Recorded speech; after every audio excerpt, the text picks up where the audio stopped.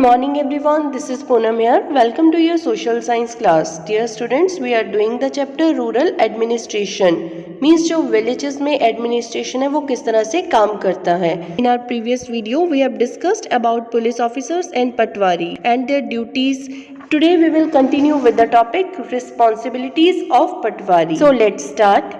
It is the responsibility of the patwari to report at once all serious calamities affecting the land or the crop and all severe outbreaks of diseases amongst men and beasts. Calamity means जो natural troubles आ जाती हैं, natural मतलब बहुत बड़ी terrible events हो जाती हैं, तो किसकी रिस्पॉन्सिबिलिटी है? ये पटवारी की रिस्पॉन्सिबिलिटी है कि वो उन सब के बारे में रिपोर्ट करे. या फिर sewer outbreaks of diseases means बहुत बड़ी कोई प्रॉब्लम हो जाती है, बीमारियां हो जाती हैं लोगों में या फिर एनिमल्स में, तो उन सब के बारे में इंफॉर्मेशन देना पटवारी का काम है. She or he must aid the headman in revenue collection. तो पटवारी जो होते हैं, एड मीन्स हेल्प, तो वो जो गांव के हेडमैन हैं, सरपंच हैं, उनको रेवेन्यू कलेक्शन के थ्रू हेल्प भी कर सकते हैं. She or he keeps a diary and a workbook. The entries should be made on the day on which the events come to the notice of the patwari. उनके पास एक diary और एक वर्कबुक होनी चाहिए जिसमें उसी दिन की एंट्री होनी चाहिए जिस दिन वो इवेंट होती है. तो एंट्रीज जब भी पटवारी के नोटिस में वो बातें आती हैं उसी डे में हो जानी चाहिए. The Patwari is responsible for the safe custody of all the records, maps and equipments of the area that are in her or his charge. तो पटवारी जो है वो रिस्पॉन्सिबल है कि ये जो सारे रिकॉर्ड्स हैं, मैप्स हैं, इन सबको सेफली रखे, सेफ कस्टडी होनी चाहिए, इसको ये सब उसके पास सेफ होनी चाहिए. In the workbook, she or he enters the work done by her or him on each day. तो डेली का काम वो उसके ऊपर लिखते हैं. Farmers may change the crops cultivated by them or facilities like wells or tubewells may be dug at places where they did not exist earlier. तो farmers की अपनी चॉइस होती है कि वो कोई भी जो क्रॉप है उसको कल्टीवेट करें या फिर जितनी उनको नीड है तो वो उसके अकॉर्डिंगली ट्यूबवेल्स या वेल्स वगैरह बनवाएं. Therefore it becomes important that the Patwari keeps his or her records updated. पटवारी को भी उन फार्मर्स के अकॉर्डिंगली अपने जो रिकॉर्ड्स हैं उनको अपडेट करते रहना चाहिए. His or her work is supervised by the field कानून को, द सदर कानून को and the circle revenue officer. तो पटवारी के काम को सुपरवाइज करने का काम किसका है? उसको कानून को या फिर सदर कानून को या फिर सर्कल रेवेन्यू ऑफिसर सुपरवाइज करेंगे, उसके काम को देखेंगे कि वो सही से काम कर रहे हैं या फिर नहीं. The maintenance of land records by the Patwari including maps etc. helps to resolve any dispute in the village that relates to property and its ownership. तो अगर पटवारी मेंटेन रखेंगे अपने रिकॉर्ड्स को प्रॉपरली, चाहे वो मैप्स हैं या बाकी रिकॉर्ड्स हैं, तो इससे विलेजेस में प्रॉपर्टी को लेकर होने जो भी डिस्प्यूट्स हैं उनको वो इजीली रिजॉल्व कर लेंगे, सॉल्व कर लेंगे.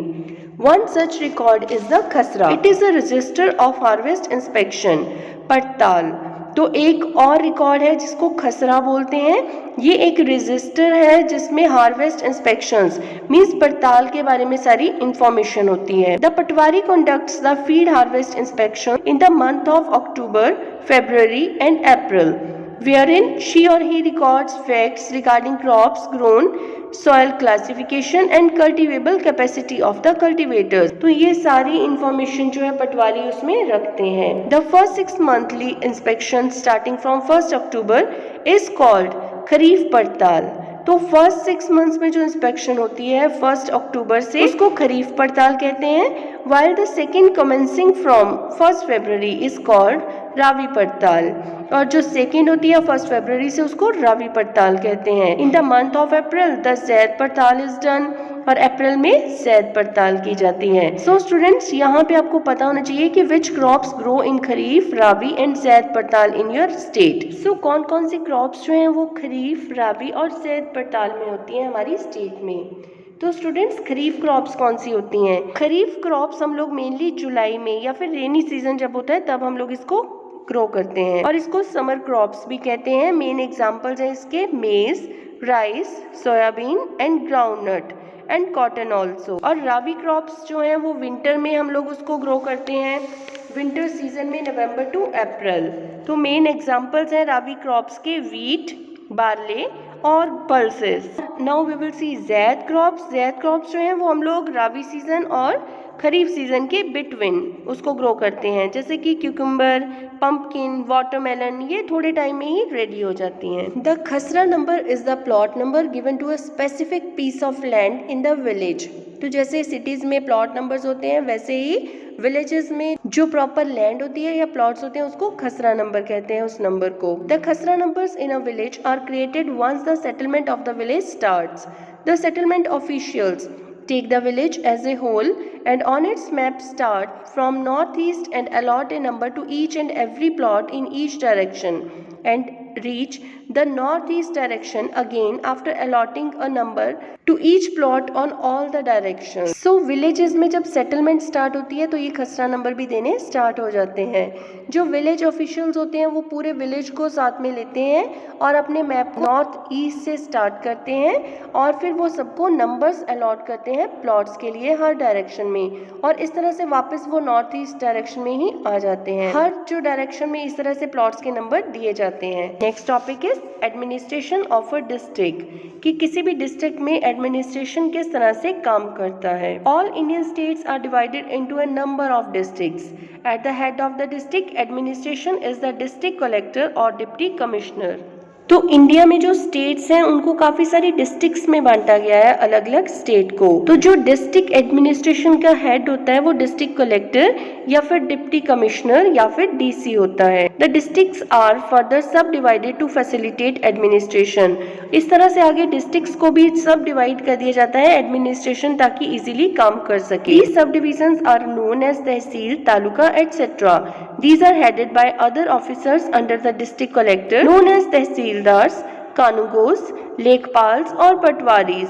तो वो लोग इनके हेड होते हैं। These officers resolve the disputes. Moreover, they also supervise the work of the patwaris and check that the land revenue is properly assessed and collected by them. तो ये ऑफिसर जो होते हैं ये डिस्प्यूट्स को सॉल्व करते हैं और वो ये सुपरवाइज करते हैं कि पटवारी अपने काम को सही से कर रहे हैं और वो लैंड रेवेन्यू प्रॉपर्ली कलेक्ट कर रहे हैं या फिर नहीं। तहसीलदार्स office is also the place where land disputes are heard. If the parties involved are not satisfied with the decision, they can go to the district court. But such cases are very rare, as generally land disputes are settled at the local level itself. तो तहसीलदार के office में भी disputes को सुना जाता है। अगर फिर भी पार्टीज जो हैं वो सेटिस्फाइड ना हो तो वो डिसीजन के लिए डिस्ट्रिक्ट कोर्ट में भी जा सकती हैं, बट ऐसा कम ही होता है क्योंकि लोकल लेवल पे ही सारे के सारे जो ये डिस्प्यूट्स हैं, ये कॉल्स हैं, झगड़े हैं, इनको सॉल्व कर लिया जाता है। Last topic of this chapter is new inheritance law. Inheritance means हम लोगों ने पहले किया था, जो हमें अपने पेरेंट्स से मिलते हैं, अपनी फैमिली से मिलते हैं। तो when it comes to inheritance of agricultural property, it is generally the men who benefit.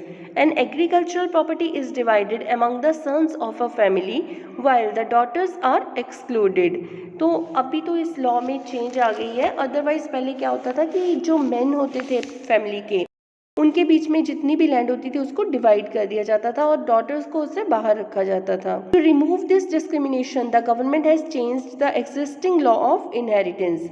It is known as Hindu succession amendment act 2005. It came into force on 9 September 2005. तो इसमें चेंजेस लाई गई हैं गवर्नमेंट ने Hindu succession amendment act 2005 के under, जो कब start हुआ था 9 सितंबर 2005 को। The 2005 Act brings all agricultural land at par with other property and makes Hindu women's inheritance rights on land legally equal to those of men in all the states. तो सभी states में अब जो daughters हैं उनको भी property में equal share मिलता है। This can benefit millions of women dependent on agriculture for their survival. तो जो ladies अपने survival के लिए agriculture के ऊपर dependent है उनके लिए बहुत useful है। The act also gives all daughters, married or not, the right to reside in or seek partition of the family house. इसमें daughters को अपनी family house में रहने का right भी मिलता है। Earlier married women did not even have the right to reside at their parents' home, and unmarried daughters had residence but no right in the partitioned property. This law has helped women to be at par with men as far as the agricultural and residential property is concerned. तो इससे क्या, इस law से क्या फ़ायदा हुआ, women को भी उन सब में जो प्रॉपर्टी है या फिर हाउस है उसमें इक्वल राइट्स मिल गए हैं. So students, this was all about this chapter rural administration. Now we will take a recap of this chapter. The local police helps in solving disputes and crimes at the local level. It is responsible for maintaining law and order. तो local police जो होती है वो disputes को resolve करने में help करती है जो भी लोकल लेवल पे क्राइम होते हैं, और ये लॉ एंड ऑर्डर को मेंटेन करने की भी रिस्पॉन्सिबिलिटी पुलिस की होती है. The SHO is the in charge in the police station who registers the complaints of the police. SHO होते हैं जो वो पुलिस स्टेशन में इंचार्ज होते हैं और वो सारी कंप्लेंट्स लिखते हैं. The complaint lodged by people is in the form of FIR. तो जो लोग कंप्लेंट लिखाते हैं उसको FIR कहते हैं. Another official at village level is the Patwari. He maintains the records of the land including measurement and crop description. तो बाकी जो ऑफिशियल्स हैं विलेज लेवल के वो पटवारी हैं, वो मेंटेन करते हैं लैंड के रिकॉर्ड्स को जिसमें उसकी मेजरमेंट और क्रॉप्स की डिस्क्रिप्शन भी इंक्लूड होती है. The Patwari is responsible for collecting revenue from the farmers at the village level. और पटवारी जो होते हैं वो क्या करते हैं, रेवेन्यू भी कलेक्ट करते हैं, टैक्सेस कलेक्ट करते हैं. At the district level the administration is supervised by the district collector. Under him, we find different officers like tehsildars or kanungos who look after land disputes and collection of land revenue. तो district level पे DC होते हैं जो सारे काम को, सारे administration को सुपरवाइज करते हैं. उनके अंडर और भी ऑफिसर्स होते हैं जैसे कि तहसीलदार और कानूनगोज जो बाकी जो लैंड डिस्प्यूट्स हैं या फिर लैंड रेवेन्यू है उसका ध्यान रखते हैं. In 2005, a new inheritance law was introduced which gave women an equal share in the agricultural and residential property. तो 2005 में एक नया इनहेरिटेंस लॉ बना था जिसमें विमेन को इक्वल शेयर दिया गया था एग्रीकल्चरल और रेजिडेंशियल प्रॉपर्टी में. मींस जो लैंड है या फिर जो हाउस है उन सब में विमेन को इक्वल राइट्स दिए गए हैं. So students, it's all about this chapter. Now revise this chapter. In our next video we will discuss question answers of this chapter. Thank you. Have a nice day.